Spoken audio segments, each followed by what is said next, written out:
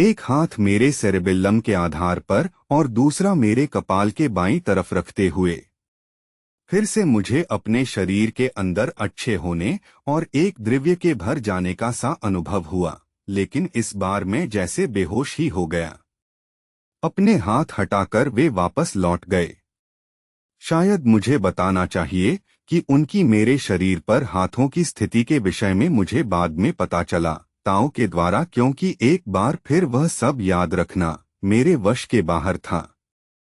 पर फिर भी मुझे एक विचार याद है जो मेरे मन में आया था, एक विचार जो उस समय के लिए बिल्कुल विचित्र था। जब उन्होंने अपना आसन ग्रहण किया, मैं संभवतया कभी भी इनमें से किसी को अपनी दो टांगों का प्रयोग करते नहीं देख पाऊंगा, जैसे सब करते हैं। एक अलग अजूबा और मेरे पिछले जीवन। कुछ समय बीत चुका था, मुझे कुछ पता नहीं था कितना, जब स्वभाववश मैंने अपना सिर अपने बाईं तरफ घुमाया।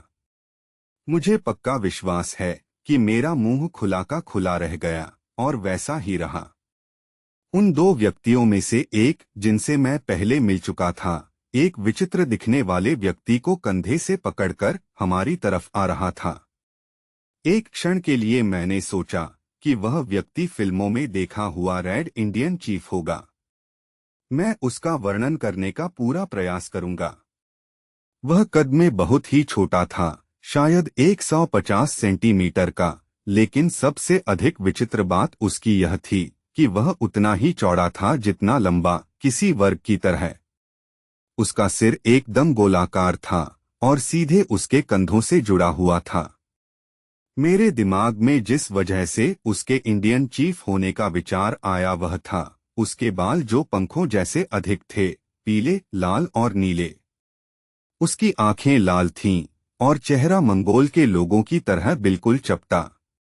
उसके भौंवे नहीं थीं और पलकों की बरौनी मेरी से 4 गुना लंबी थीं।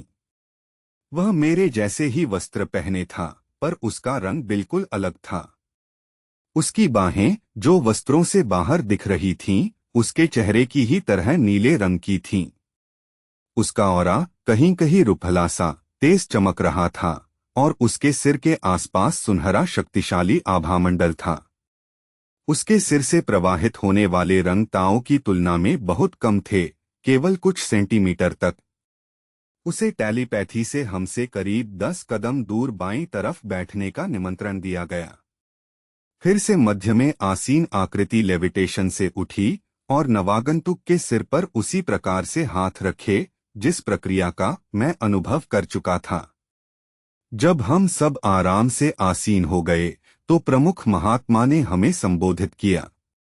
वह हाइयोभा की भाषा में बोल रहे थे और मैं पूरी तरह से भौंचक्का रह गया, अपने को जो वह कह रहे थे उसे पूरी तरह समझता पाकर, जैसे कि वह मेरी मातृभाषा में बोल रहे हों।